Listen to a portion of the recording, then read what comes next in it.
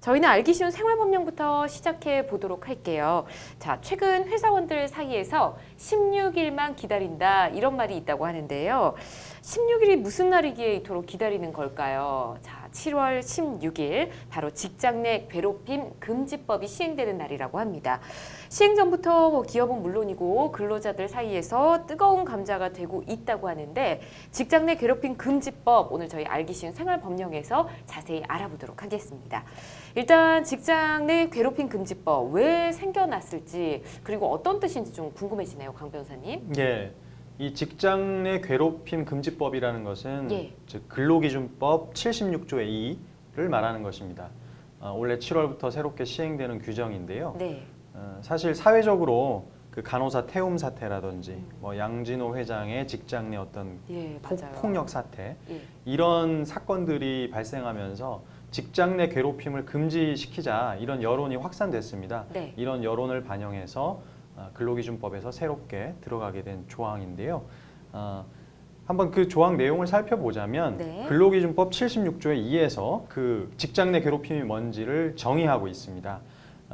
규정 내용을 살펴보면 사용자 또는 근로자가 직장에서의 지위 또는 관계 등의 우위를 이용해서 업무상 적정 범위를 넘어서서 다른 근로자에게 신체적, 정신적 고통을 주거나 또는 근무 환경을 악화시키는 일체 행위를 바로 직장 내 괴롭힘으로 정의하고 있습니다. 그렇군요. 지위, 관계, 우위라고 지금 내용이 적혀 있었는데 대략 상사나 임원이 직원을 상대로 갑질을 했을 때 이에 속한다는 것 이런 의미를 담고 있는 것 같습니다. 자, 이 법으로 이제 처벌까지도 되는 건지요, 이 변호사님? 사람들이 이제 이 법이 새로 생겼기 때문에 네. 직장 내 괴롭힘을 하는 행위를 처벌을 또 한다. 네. 이렇게 생각하실 수도 있는데 그거랑은 약간 다릅니다. 그래요? 지금 이 법의 핵심 골자는 무엇이냐면 직장 내 괴롭힘 행위가 발생했을 경우에 그 직장 내 괴롭힘을 당한 사람 또는 그것을 인지한 사람이 회사에 적정한 조치를 취하도록 요구를 하고 네. 회사는 그러한 요구에 따라서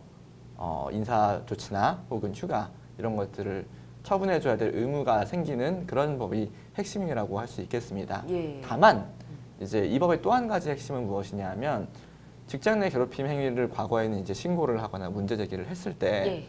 회사에서 그럼 오히려 내가 징계받으면 어떡하느냐, 내가 불이익한 처분을 받으면 그렇죠. 어떡하지? 예. 이런 고민들이 있었을 텐데 그런 행위는 명시적으로 금지하고 있습니다. 그리고 만약 그런 일이 발생했을 경우에 회사에서 직장 내 괴롭힘을 신고했다는 이유로 처벌을 받거나 혹은 해고를 당한 거다. 그런 일이 발생했을 경우에는 직장 그리고 직장 대표자에게 그 벌금, 징역형 모두 이제 선고할 수 있도록 그렇게 처벌 규정이 생겼습니다. 그렇군요. 알겠습니다. 자, 직장 내 괴롭힘 방지법 이제 시행이 되면서 기업 내부에 좀 비상이 걸렸다고 하더라고요. 강 변호사님 어떤 내용입니까? 네, 그 이유는 네. 바로 이 직장 내 괴롭힘 금지에 관련된 내용을 예. 근로기준법에서 반드시 취업 규칙에 넣도록 그래요. 강제하고 있어서 그렇습니다. 예. 다만 이제 구체적인 내용을 좀 보자면 그 상시 10인 이상, 10명 이상의 근로자를 사용하는 사용자의 경우에는 이 새롭게 개정된 직장 내 괴롭힘 금지에 관한 내용을 취업 규칙에 담도록 그 의무를 규정하고 있고요. 이를 지키지 않았을 때는 과태료 500만 원을 부과할 수 있도록 말하자면 제재를 가할 수 있는 규정을 두고 있기 때문에 네. 사실 어느 정도 규모 이상이 되는 그런 기업들에서는 사실 비상이 걸린 것이죠. 왜냐하면 법 시행이 이제 바로 코앞으로 다가왔기 때문에 그렇죠. 빨리 이제 이에 관한 취업 규칙을 개정을 하고 예. 이를 신고해야 되는 상황입니다. 뭐 대기업들이야 워낙 시스템이 잘 갖춰져 있기 때문에 이미 다 대비가 돼 있겠지만 사실 인프라가 좀 부족한 그 중소기업 같은 경우에는 지금 좀 어려움이 있는 것으로 알고 있습니다. 자, 이렇게 기업들이 분주해진 만큼 직장인들도 좀 분주해졌다고 합니다. 왜 그런지 또 이유를 알아봐야겠죠, 이 변호사님. 직장인들하고 기업하고는 조금 분주한 이유가 다를 것 같습니다. 그렇죠. 예, 기업의 경우 그러니까 팀장급 이상이라고 보면 될 것 같아요. 그분들의 경우에는 지금까지는 문제 없이 했던 거를 괴롭힘 혹은 갑질이라고 해서 네. 문제를 삼는 건 너무한 것 같다. 라고 하면서도 내가 첫 타자가 되면 안 되겠다. 그렇죠. 예, 그런 생각으로 어떤 행동들이 이에 해당하는지 예. 또 나는 어떻게 또 방어를 해야 되는지 어떻게 조심해야 되는지를 보고 있다고 하면 이제 사원 이하, 사원 대리급 분들은 네. 이제 어떤 경우에 내가 신고할 수 있는 사안이 되는지 예. 또 어디에다가 이 문제를 제기하면 되는지, 그리고 제일 중요한 거 이거 입증하려면 또 어떤 것들을 준비해야 맞아요. 되는지 이제 이런 것들을 가지고 좀 이야기들이 나오고 있는 것으로 들었습니다. 맞아요. 서로 좀 조심을 해야 되니까 그 사항들을 좀 체크를 예. 해야겠죠. 자, 그런데 괴롭힘이라는 거 어떻게 보면 굉장히 주관적이거든요. 그래서 괴롭힘의 기준이 좀 명확하지 않지 않을까 싶은데 기준이 정해져 있습니까, 강 변호사님? 사실 그 아까 제가 설명드린 법 규정에 나와 있듯이 네. 이 정의 규정 자체는 굉장히 좀 추상적입니다. 그렇죠. 그래서 사실은 구체적인 사안에서 어떤 것이 과연 직장 내 괴롭힘인지 여부는 결국은 뭐 법원의 판단에 맡겨질 수밖에 없을 텐데요. 네. 다만 이런 이 실무에서 굉장히 혼선이 있을 수 있기 때문에 고용노동부에서는 사례집을 발간해서 어떤 대표적인 직장 내 괴롭힘이 어떤 것인지를 네. 이제 밝히고 있습니다. 아, 대표적인 것이 첫 번째 새벽이나 밤에 이제 뭐 카톡으로 업무 지시하는 거 있지 않습니까? 예. 답변을 강요하는 네. 이런 것들이 첫 번째 대표적인 직장 내 괴롭힘이고요. 두 번째 자신과 술을 마시자고 뭐 윽박을 지른다는 거 이런 것도 대표적인 직장 내 괴롭힘일 수 있고요. 그 다음에 뭐 회식 자리에서나 어떤 그냥 그 일하는 자리에서 직원에게 노래를 부르고 연습을 하라고 강요하는 행위. 그 다음에 어떤 직장 상사가 부하 직원에게 학위 논문을 작성하도록 지시하는 행위, 업무하고는 전혀 무관하게요. 그 다음에 부당하게 업무에서 배제하고 어떤 해당 근로자를 따돌림하는 거, 예. 이런 것들이 대표적인 직장 내 괴롭힘 사례라고 볼 수 있습니다. 다만 고용노동부는 이제 업무를 어떤 적정한 업무 범위 내의 일을 지시하고 강요하는 행위는 예. 직장 내 괴롭힘은 또 아니라고 밝히고 있어서 예. 좀 상황이 경우에 따라서는 이게 직장 내 괴롭힘에 해당되냐 아니냐가 좀 애매할 수가 있습니다. 그럴 수도 판단이 있겠네요. 굉장히 어려울 수가 있습니다. 네, 알겠습니다. 만약에 내가 괴롭힘을 당했다, 이렇게 기분을 느끼셨다, 이런 느낌 받으셨다면 어떻게 구제를 받을 수 있는지 좀 이제 알아볼게요. 이 변호사님 알려주시죠. 네, 질문은 이제 이 법에 대한 약간 실무적인 적용, 네. 이게 어떻게 되느냐에 대한 것 같은데, 일단 직장 내 인사팀이 있다면 인사팀에, 고충 처리 팀이 있다면 그쪽에다가 일단 신고를 하시는 게 우선이 될 거예요. 예. 다만 이 법에 굉장히 독특하게 들어가 있는 부분은 뭐냐면, 신고 주체는 괴롭힘을 당한 본인이 아니라 네. 제3자라 할지라도 신고를 할 수 있게 되어 있습니다. 그거 좋은 것 같은데요. 예. 당사자 본인은 여러 가지로 두려움을 느끼거나 불편함을 예. 느끼거나 해서 신고를 원치 않을 수 있지만 그렇죠. 제3자를 통해서 네가 좀 해달라. 예. 이것도 법에서 이제 허용하고 있는 것이기 때문에 네. 문제 없이 제3자도 신고할 수가 있게 됩니다. 예. 그리고 이제 이러한 괴롭힘을 당했다라고 주장을 하는 것 자체로 이제 회사는 피해자에게 인사이동 또는 유급휴가 등 적절한 조치를 취해야 합니다. 예. 그리고 나아가서 이것이 사실이다라고 확인이 되는 경우에는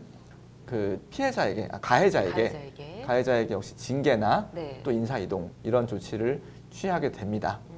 그리고 이제 어떻게 입증하느냐, 사실 네. 이게 제일 포인트일 것 그렇죠. 같아요. 그래서 입증하는 거는 요즘이야 뭐들 카톡, 전화, 녹음, 또 경우에 따라서 CCTV, 또 최근에 뭐 영상 보신 것처럼 동영상 같은 것도 촬영을 해볼 수가 있겠죠. 근데 네. 이제 그런 것들 이외에도 뭐 기록을 하는 것도 굉장히 중요합니다. 그래서 당시에 어떤 일이 있었는지, 구체적인 워딩은 어떤 것이었는지 일기를 쓰듯이, 그래서 그 당시 현장에 있었던 사람이 아니고는 알 수 없었던 예. 이야기들을 조금 기록해 놓으면 나중에 그러한 문서 혹은 일기장 기록을 이제 인사위원회에 제출을 하게 되는 경우에는 이거는 나중에 급조한 것이 아니라 현장에서 그 당시에 있는 사실을 그대로 기록한 것이다 예. 라고 하는 충분한 설득력을 가질 수가 있거든요. 그렇죠. 그래서 이 정도 자료를 좀 그때그때 준비해 놓으시면 네. 후에 이제 인사위원회나 고충처리위원회에서 이 사실을 진실 여부를 판단할 때 네. 중요한 자료가 될 것 같습니다. 알겠습니다.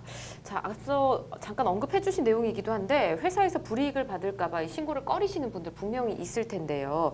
회사 외에 또 신고할 수 있는 곳은 없을까요? 꼭 인사팀이나 아까 얘기한 그 담당 업무를 하는 팀에 신청을 해야 되는 걸까요? 예, 대표적인 그 신고할 수 있는 예. 기관을 알려드리자면 일단 근로복지공단에서 마련한 근로복지넷을 기억해 두셔야 합니다. 근로복지넷. 네네, 근로복지넷에서는 중요한 것이 일단 익명으로 신고를 할 수 있고요. 예. 사실 실명으로 신고하면 이게 뭐 주위에 다 알려질 수 있지 그렇죠. 않습니까? 그래서 예. 익명으로 신고를 할 수 있고, 그 다음에 직장 내 괴롭힘에 관해서 어떤 상담도 이제 자유롭게 받으실 수 있는데요. 온라인 상담, 뭐 오프라인 상담, 전화 그리고 화상 상담까지 가능하다고 합니다. 예. 그리고 이제 전화나 뭐 오프라인 상담 이런 것은 좀 횟수가 제한되어 있긴 합니다. 1회에 50분, 그 다음에 연간 최대 7회까지 상담이 가능하다고 하니까요. 일단 근로복지넷을 기억해 두시고요. 예. 그 다음에 이런 어떤 공적인 기관 말고도 시민단체에서 마련한 직장갑질 119라는 또 신고할 수 있는 네. 또 공간이 있다고 합니다. 네. 이것도 기억해 두시면 도움이 되실 것 같습니다. 이름이 참 기억하기 쉽네요. 직장갑질 119. 119. 네. 귀에 쏙 들어오죠. 알겠습니다. 자, 이렇게 알아두시면 될 것 같고요. 이런 부분도 좀 걱정이 되긴 합니다. 마음에 안 드는 상사가 있으면 뭐 신고를 한다든지 아니면 내가 좀 불리할 것 같다 싶은 일이 발생하면 또 신고를 한다든지 좀 악용될 소지도 있을 것 같은데요, 이 변호사님. 이런 악용이라는 얘기를 딱 들으면 떠오르는 건 일단 무고죄에 그렇죠. 해당할 수 있을까인데요. 네. 사실 직장 내 괴롭힘을 직장 내의 방법으로 해결하려고 하는 것은 무고죄에는 해당하지 않습니다. 무고죄의 경우에는 처벌 또는 징계를 받게 하기 위해서 네. 수사기관이나 국가기관에 신고를 하는 것을 의미하는데 네. 물론 이 경우가 공공기관 혹은 국가기관에서 이루어진 직장 내 괴롭힘이라면 이 경우는 무고에 해당할 수 있겠지만 그 이외의 기관은 무고에는 해당하지 않고요. 다만 이제 직장 내 괴롭힘 경우에도 좀 엄밀한 엄정한 그런 사실관계 파악이 이루어질 거예요. 예. 그래서 직장 내 괴롭힘의 결과는 가해자에 대한 징계이기 때문에 직장 내 괴롭힘을 악용해서 허위 신고를 했다면 그 결과 역시도 직장 내 징계 조치로서 해결할 수 있을 것으로 보입니다. 알겠습니다. 자, 별것 아닌 일로 여겨졌던 은밀한 괴롭힘을 이 직장 내 괴롭힘이라 이름 붙이고 또 법으로 금지한 거 굉장히 큰 진전이 아닌가 싶습니다. 아무쪼록 원활하게 시행되고 안착이 돼서 이 직장 내 괴롭힘이 근절될 수 있으면 좋겠다라는 바람을 가져보고요.